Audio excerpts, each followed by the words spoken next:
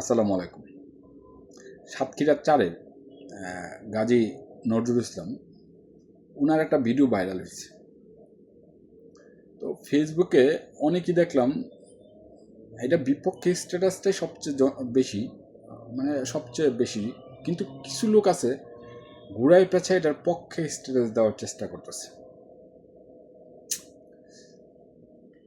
আচ্ছা, 2021 সালের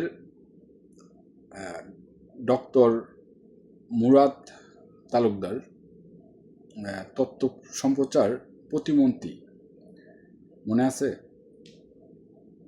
ওনার একটা অশ্লীল অডিও রেকর্ড ফাঁস হয়েছিল। তারপর ওনার মন্ত্রিত্ব চলে গেছে। ওনার আওয়ামী লীগের যে পোস্ট পদবি ছিল সব সব আওয়ামী লীগের পোস্ট পদবি চলে গেছে।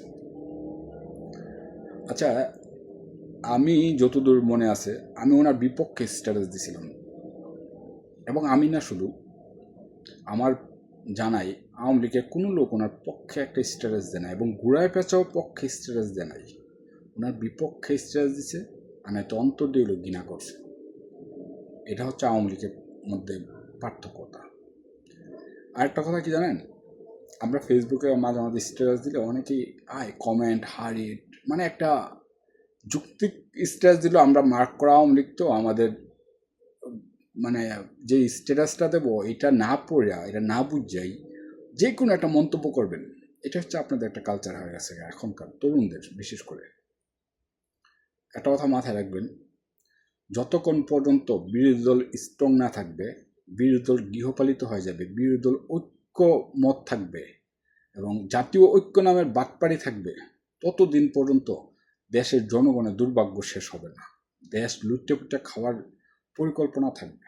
একটা কথা মাথায় রাখবে, যতদিন বিরোধী দল স্ট্রং থাকবে, বিরোধী দল সোচ্চার থাকবে, বিরোধী দলের কথা বলার সুযোগ থাকবে, ততদিন পর্যন্ত দেশের মানুষের জন্য একটু মঙ্গল হবে। একটা কথা মাথায় রাখবেন সবসময়।